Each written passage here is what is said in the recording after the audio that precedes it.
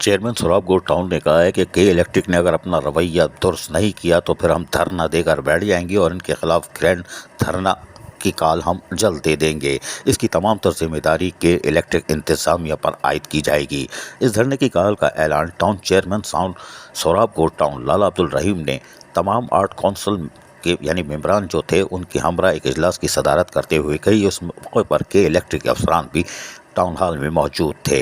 इजलास में चेयरमैन सोराब गो टाउन लाला अब्दुल रहीम ने मजीद कहा कि के इलेक्ट्रिक की तरफ से टाउन में 18 घंटे लोड शेडिंग और ओवर बिलिंग बर्दाश्त कर रहे हैं। मेरा आवाम की शिकायत आप तक पहुँचाना है और आपकी गुजारिशात से आवाम को आगाह करना है। हमारी आवाम अब के इलेक्ट्रिक के खिलाफ धरना देने की तैयारी कर रही है। आवाम के रद्द-ए-अमल से हम मुंतखब कौंसल मेम्बरान को सामना करना पड़ता है।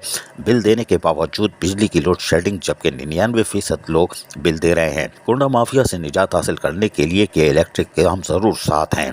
इस सर्द दिनों में भी यानी सर्दियों का मौसम है और बिजली की लोड शेडिंग समझ से बालातर है।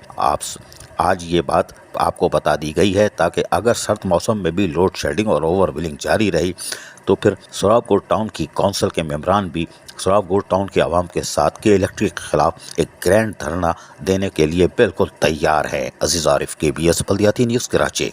ऐसी ही खूबसूरत वीडियोस फ्यूचर में हासिल करने के लिए रेड बटन पर क्लिक करके और बेल आइकॉन को प्रेस करके हम सबके सब्सक्राइबर बनना मत भूलिए।